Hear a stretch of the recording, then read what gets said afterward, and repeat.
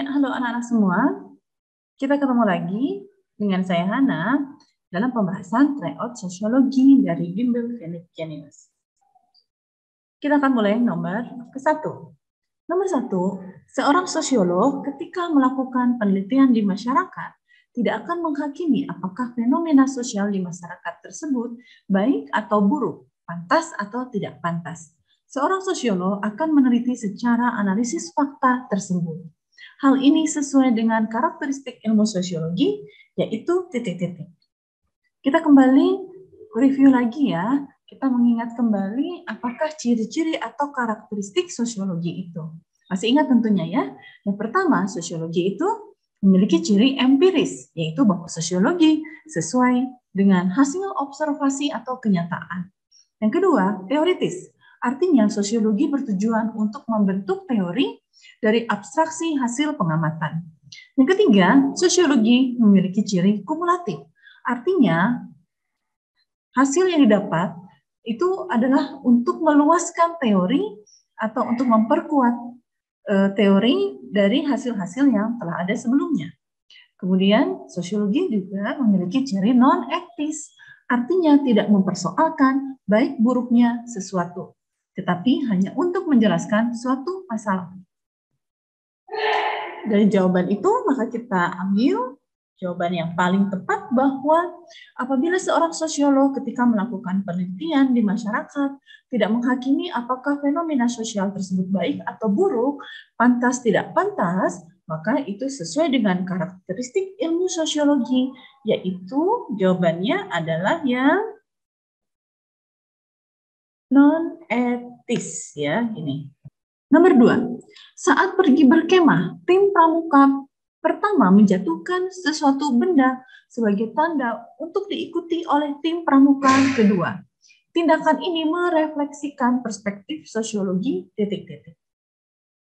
Nah, kita kembali lagi mempelajari tentang teori interaksionisme simbolik. Teori interaksi simbolik adalah teori yang memiliki asumsi bahwa manusia membentuk makna melalui proses komunikasi.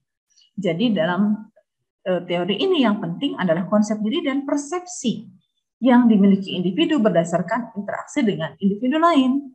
Nah, dalam hal ini, teori interaksionisme simbolik biasanya menggunakan lambang-lambang atau simbol dalam interaksinya. Contoh misalnya ya, ketika kita melihat rambu-rambu lalu lintas, kita bisa lihat ada misalnya tulisan P, huruf P yang dicoret, maka kita langsung tahu ya bahwa itu adalah merupakan peringatan untuk larangan parkir. Nah, itu merupakan contoh simbol dalam interaksionisme simbolik. Jadi di sini untuk jawaban nomor 2, tim pramuka menjatuhkan suatu benda sebagai tanda yang diikuti oleh tim pramuka kedua, maka itu juga termasuk dalam bentuk interaksionisme simbolik.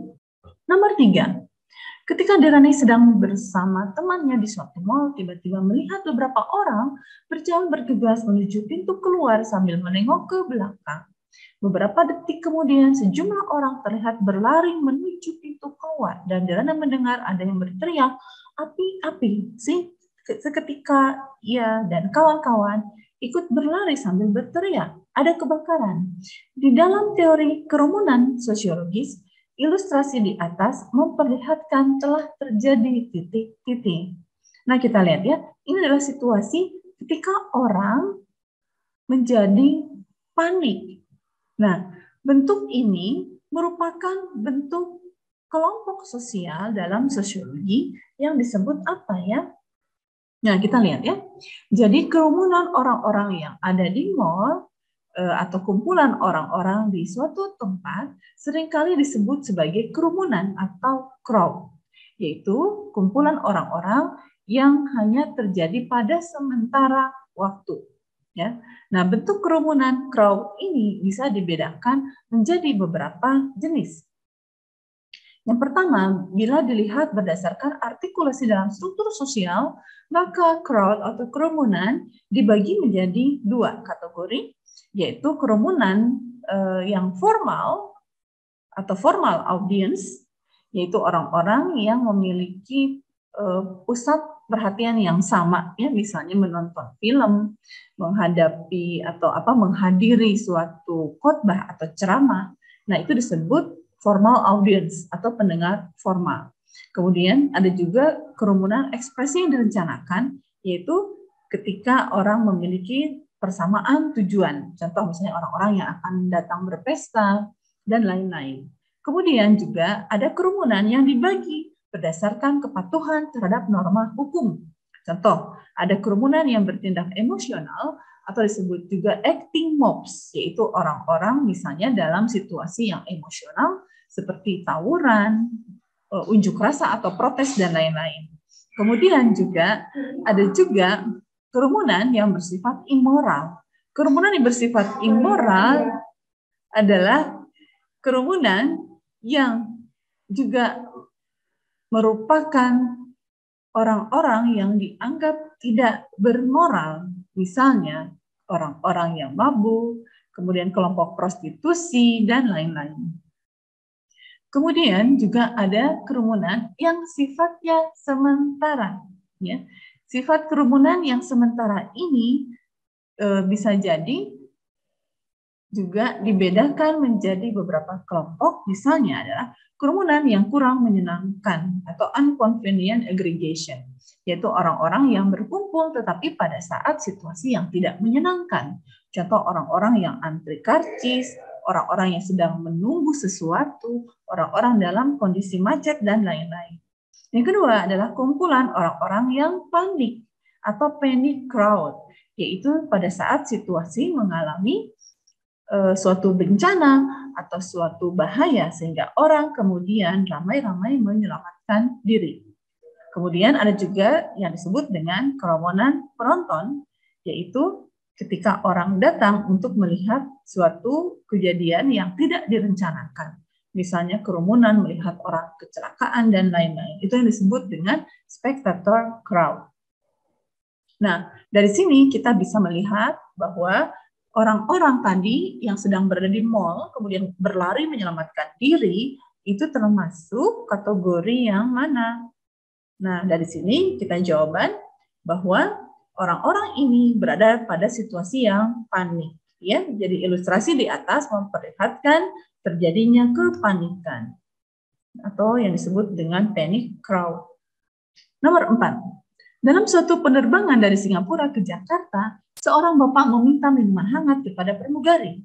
Namun karena minuman tersebut lama diantarkan, bapak tersebut emosi dan melakukan protes kepada pramugari tersebut. Bentuk interaksi sosial ilustrasi kejadian di atas adalah titik-titik. Kita lihat ya, di sini sudah terjadi konflik. Nah, kita lihat ini merupakan bentuk interaksi sosial yang mana? Ingat bahwa bentuk interaksi sosial dibedakan menjadi dua, yaitu bentuk interaksi sosial yang asosiatif, yaitu bentuk interaksi sosial yang menyatukan. Kebalikannya adalah interaksi sosial yang bersifat disosiatif, yaitu bentuk interaksi sosial yang memecah belah. Ya. Nah, jika terjadi konflik, maka konflik itu termasuk bentuk interaksi sosial yang mana? Berarti di sini termasuk bentuk interaksi sosial yang disosiatif. Karena di sini terjadi konflik atau pertentangan ya antara tadi pihak pramugari dengan penumpang tersebut. Nah, dari sini kita bisa lihat bahwa bentuk interaksi sosial dari ilustrasi kejadian di atas merupakan bentuk interaksi sosial yang bersifat disosiatif. Nomor 5. Penggunaan nama Indonesia bagi warga keturunan Tionghoa yang pernah dilakukan pada masa Orde Baru dimaksudkan untuk berlangsungnya proses titik-titik. Nah, kita lihat ya. Ini termasuk ke dalam bentuk asimilasi. Apakah asimilasi itu? Asimilasi adalah pembauran antara satu kebudayaan dan kebudayaan yang lain sehingga membentuk kebudayaan baru. Nah, asimilasi ini akan muncul apabila ada golongan masyarakat dengan latar belakang budaya yang berbeda bergaul langsung secara intensif dengan waktu yang cukup lama. Contoh misalnya terjadi proses pembauran antara warga keturunan Tionghoa dengan warga pribumi. Dalam proses pembauran tersebut, maka terjadi berbagai macam hal yang baru. Misalnya, dengan ketentuan pemberian nama Indonesia bagi orang-orang yang masih menggunakan nama-nama Tionghoa. Sehingga ini menghasilkan satu bentuk asimilasi atau bentuk nama yang baru bagi kelompok tersebut. Jadi jawaban untuk nomor 5 adalah yang A. Ya, ini merupakan salah satu contoh dari bentuk asimilasi. Kalau amalgamasi itu apa? Amalgamasi adalah bagian ya dari asimilasi juga sebetulnya, tetapi amalgamasi itu lebih kepada bentuk perkawinan campuran, ya. Jadi bukan kepada proses pencampuran kebudayaan atau unsur lainnya, tetapi dia fokus atau spesifik pada perkawinan campuran antara satu kelompok dengan kelompok lain. Nomor 6, seorang anak sejak dilahirkan akan terus mengalami proses sosialisasi. Orang tua menanamkan nilai-nilai yang paling mendasar kepada anak, seperti kejujuran, kesopanan, kerjasama, kemandirian, dan menyayangi sesama manusia. Sang anak juga mendapatkan norma dan aturan mengenai apa yang boleh dan tidak boleh dilakukan, serta berbagai keterampilan dan sejumlah pengetahuan. Semua ini akan didapatkan oleh anak pada tahap sosialisasi titik-titik. Kita lihat ya, dilihat dari jenis sosialisasi berkaitan dengan tempat di mana sosialisasi itu dilakukan, maka kita lihat ada dua jenis sosialisasi, yaitu sosialisasi primer dan sosialisasi sekunder. Sosialisasi primer adalah sosialisasi yang pertama terjadi dan berlangsung pada keluarga. Sementara sosialisasi sekunder adalah sosialisasi lanjutan yang terjadi di luar keluarga, misalnya di tempat umum, di tempat kantor, di tempat sekolah misalnya, atau di tempat dalam kegiatan sehari-hari di sekitar kita, itu disebut sekunder. Jadi kalau sosialisasinya terjadi dalam keluarga, maka itu disebut sebagai sosialisasi yang primer. Nah, jawaban nomor 6 berarti sosialisasi ini tadi terjadi pada keluarga. Karena di sini ditanamkan nilai-nilai yang mendasar kepada anak. Sosialisasi yang ditanamkan dalam keluarga itu berarti dia termasuk ke dalam bentuk sosialisasi primer. Nomor 7. Fenomena mudik pada saat hari raya keagamaan bagi masyarakat Indonesia mungkin tidak akan pernah hilang meskipun penggunaan perangkat teknologi komunikasi sudah cukup masif. Hal ini disebabkan masyarakat Indonesia masih menjunjung tinggi nilai dan norma titik-titik. Kita lihat dulu ya. Ini adalah berbagai macam norma. Ada norma kesopanan, norma kesusilaan, norma agama, norma kebiasaan, dan norma hukum.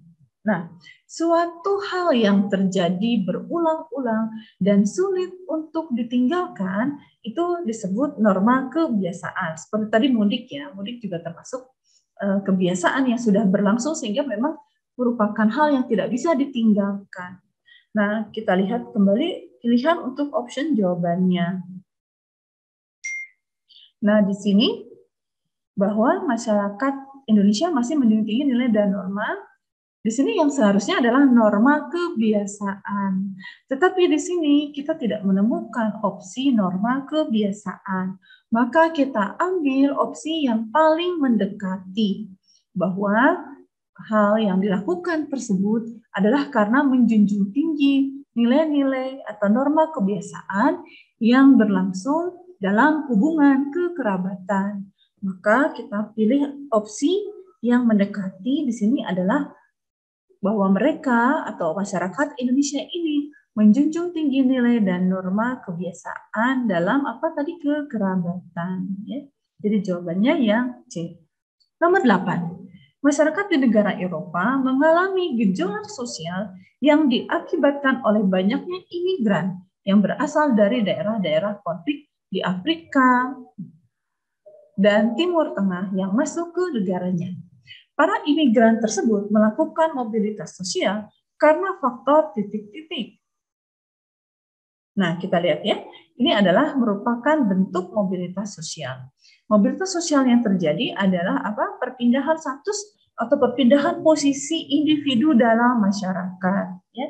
Jika perpindahan individu dalam masyarakat tersebut berlangsung secara sejajar atau tidak mengubah statusnya, itu disebut sebagai mobilitas sosial horizontal. Tapi kalau misalnya mengubah kedudukan, maka itu disebut sebagai mobilitas sosial vertikal. Nah, kita lihat pada soal bahwa yang ditanyakan dalam soal di sini adalah penyebab, ya, penyebab dari terjadinya mobilitas sosial tersebut. Maka kita bisa lihat bahwa masyarakat di negara Eropa mengalami gejolak sosial yang diakibatkan banyaknya imigran dari daerah konflik. Jika kita lihat di sini, mereka berasal dari daerah-daerah konflik. Konflik yang terjadi di Afrika dan Timur Tengah merupakan konflik politik, sehingga membuat orang-orang keluar dari negaranya. Maka dari sini kita bisa memilih opsi jawaban bahwa para imigran tersebut melakukan mobilitas sosial karena faktor yang A, ya, politik.